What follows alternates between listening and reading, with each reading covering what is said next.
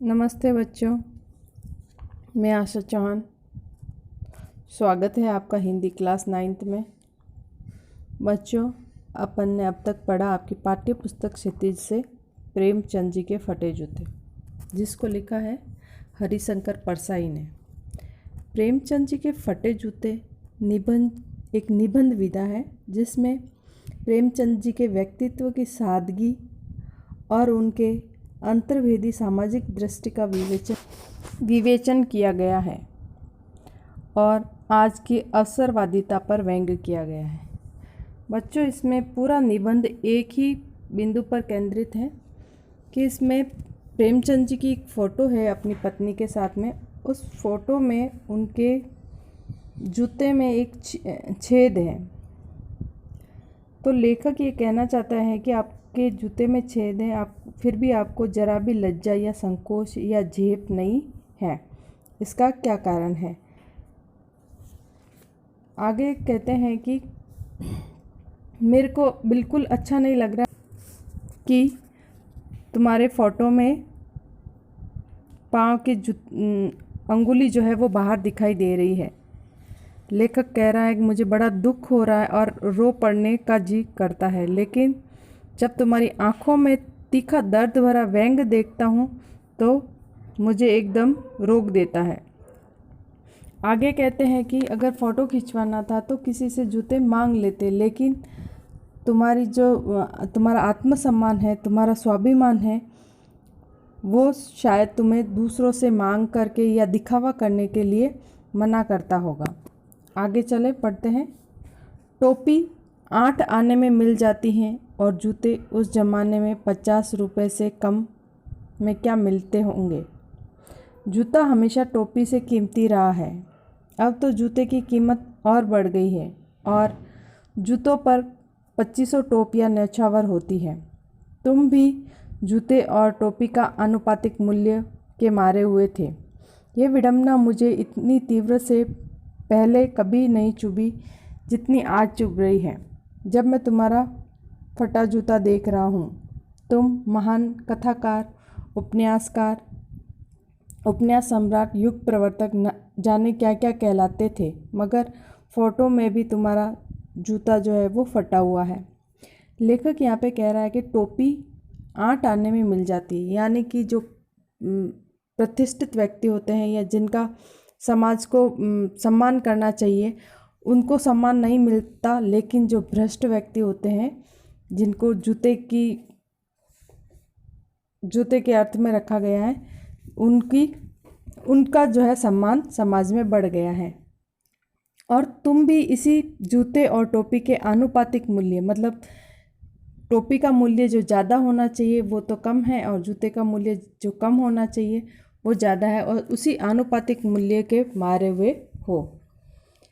तुमने समाज में बहुत नाम कमाया, एक बहुत बड़े कथाकार, उपन्यास सम्राट, युग प्रवर्तक, जाने क्या क्या है, लेकिन फिर भी तुम्हारा जो जूता है वो फटा हुआ है।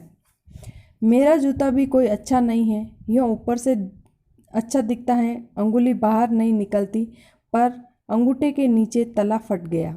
अंगूठा ज़मीन से घिसता है और पैनी मिट्टी पर कभी रगड़ खाकर लहूलुहान भी हो जाता है। पूरा तला गिर जाएगा, पूरा पंजा छिल जाएगा, मगर अंगुली बाहर नहीं दिखेगी। तुम्हारी अंगुली दिखती है पर पाँव सुरक्षित है। मेरी अंगुली ढकी है पर पंजे के नीचे घिस रहा है। तुम पर्दे का महत्व नहीं जानते, हम पर्दे पर कुर्बान हैं। यहाँ पे लेखक स्वयं जो है प्रेमचंद जी से अपनी तुलना कर रहा है कि मेरा जूता भी ये जो अच्छा नहीं है, फटा हुआ है, लेकिन मेरा तलवा घिस गया है जो मेरे को लगातार नुकसान दे रहा है। मेरा पाँव भी छिल जाता है, लहूलुहान हो जाता है, लेकिन मेरी अंगुली बाहर नहीं दिखती। और तुम्हारा पाँव सुरक्षित है लेकिन अंगुली दिखाई देती। यहाँ लेखक के कहने का मतलब है कि हम दिखावे पे कुर्बान हैं, लेकिन तुम दिखावे को बिल्कुल महत्व नहीं देते।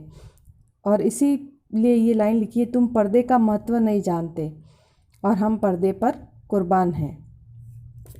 तुम फटा जूता बड़े ठाट से पहने हो, मैं ऐसे नहीं पहन सकता।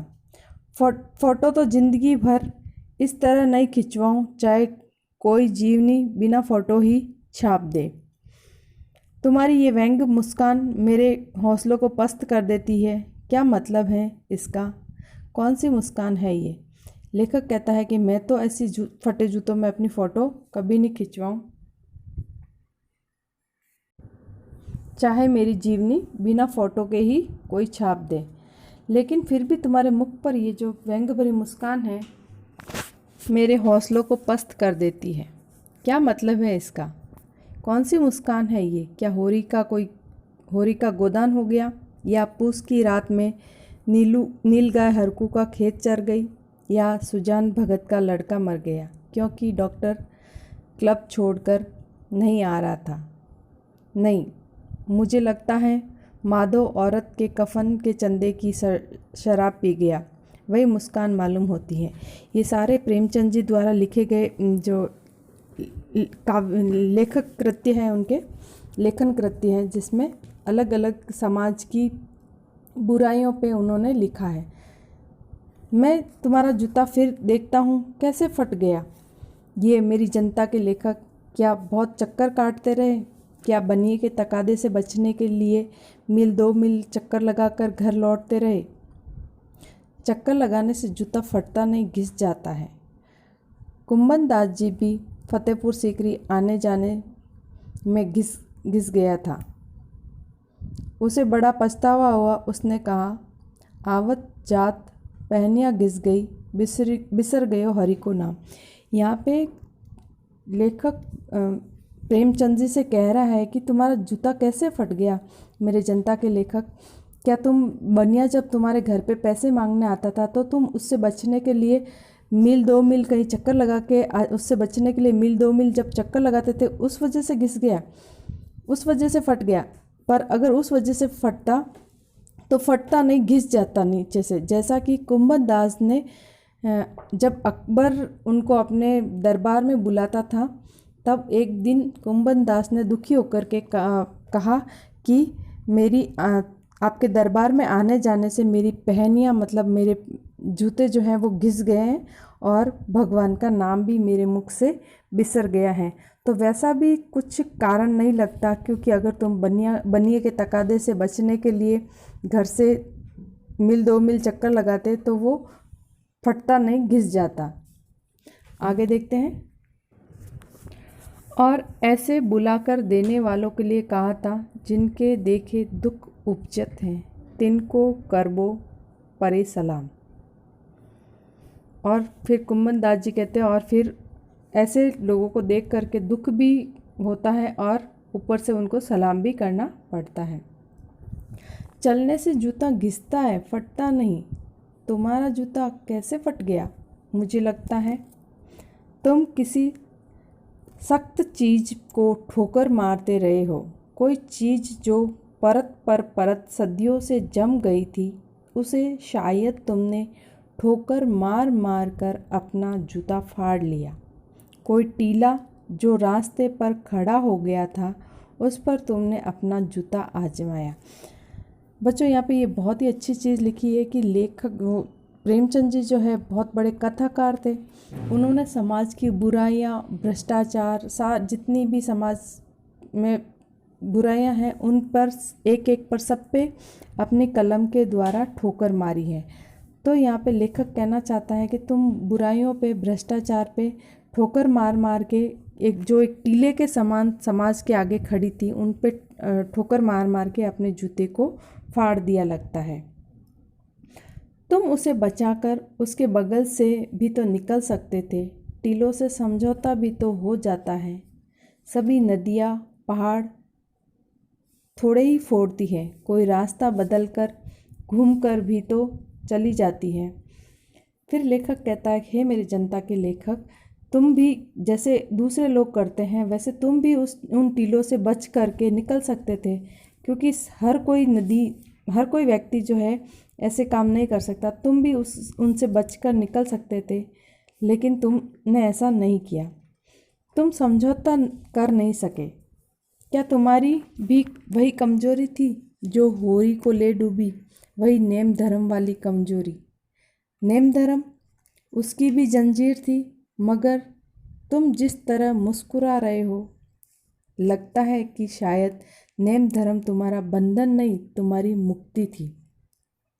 जैसा कि लेखक कह रहे हैं कि प्रेमचंद जी का एक उपन्यास था होरी, होरी जिसमें उसका सबसे बड़ा चरित्र था और उसका उपन्यास का नाम था गोदान। और उसकी नेम धर्म की आदत थी, तो उसने अपनी एकमात्र परिवार का जरिया जो गाय थी उसको भी वो दान दे देता है। तो तुम भी वो ही नेम धर्म वाले व्यक्ति लगते हो क्या? लेकिन फिर खुद ही कह रहे हैं कि नेम धर्म तुम्हारा बंधन नहीं हो सकता, तुम्हारी मुक्ति थी, क्योंकि तुम समाज को इन बुराइयों से मुक्त करना चाहते हो। इसलिए अपना जूता इन बुराई रूपी टीलों पर आजमा आजमा के उसको फाड़ दिया। तुम्हारी ये पाँव की अंगुली मुझे संकेत करती सी लगती है। मुझे तुम घृणित समझते हो, जिसे तुम घृणित समझते हो उसकी तरफ हाथ की नहीं पाँव की अंगुली से इशारा करते हो। जो तुमको जो चीज़ें गलत लगती हैं उनको तुम हाथ से नहीं इशारा करके नहीं, पाँव की अंगुली से इशारा करके बताते हो, उनको उस तरह से उनकी ओर संकेत करते हो। इसलिए शायद तुम्हारा जूता जो है वो फट गया है। तुम क्या उसकी तरफ इशारा कर रहे हो जिसे ठोकर मारते मारते तुमने जूता फाड़ लिया? मैं समझता हूँ, तुम्हारी अंगुली का इशारा भी समझता हूँ और तुम्हारी व्यंग भरी मुस्कान भी समझता हूँ। लेखक कह रहा है कि मैं अच्छी तरह से समझ गया हूँ कि तुम्हारा जूता जो है वो कैसे फटा, तुम्हारी ये व्यंग भरी मुस्कान क्या कहना चाहती है और तुम्हारे ये अंगुली का इशारा जो है वो क्या कहना चाहता है। तुम मुझ पर या हम सब पर हंस रहे हो। तुम पर जो अंगुली उन पर जो अंगुली छिपाए और तलवा घिसाए चल रहे हैं, उन पर जो टीलों बरका कर बाजू से निकल रहे हैं। तुम कह रहे हो मैंने तो ठोकर मार मार कर जूता फाड़ लिया, अंगुली बाहर निकल आई और पाँव बच रहा है, मैं चल रहा हूँ। मगर तुम अंगुली को ढांकने की चिंता में तलवे का नाश कर रहे हो। तुम चलोगे कैसे? यहाँ पे लेखक कह रहा है कि प्रेमचंद जी जो है हम सब पे हंस रहे हैं, क्योंकि उनके जैसा महान कार्य हम नहीं कर सकते। वो हर एक बुराई, हर एक उस बुराई पे जो है अपनी लेखनी के द्वारा समाज को सचेत कर रहे हैं, लेकिन हम सब वो सब नहीं कर पा रहे हैं। हम सब जो है अंगुली को छिपाए हुए हैं, तलवा घिसाए हैं, मतलब अवसरवादिता को लेकर चल रहे हैं और टीलों को बरका कर बाजू से निकल रहे हैं। तुम कह रहे हो मैंने ठोकर मार मार कर जूता फाड़ लिया। इस प्रकार से लेखक कह रहे हैं कि हम सब वो नहीं कर सकते जो प्रेमचंद जी कर रहे हैं। मैं समझता हूँ, मैं तुम्हारे फटे जूते की बात समझता हूँ, तुम्हारी अंगुली का इशारा समझता हूँ, तुम्हारी व्यंग भरी मुस्कान समझता हूँ। और अंत में लेखक कह रहे हैं कि तुम हम सब से क्या कहना चाहते हो वो मैं आज अच्छी तरह से समझ गया हूँ। ठीक है बच्चों, आज के लिए इतना ही, मिलते हैं आगे। ओके।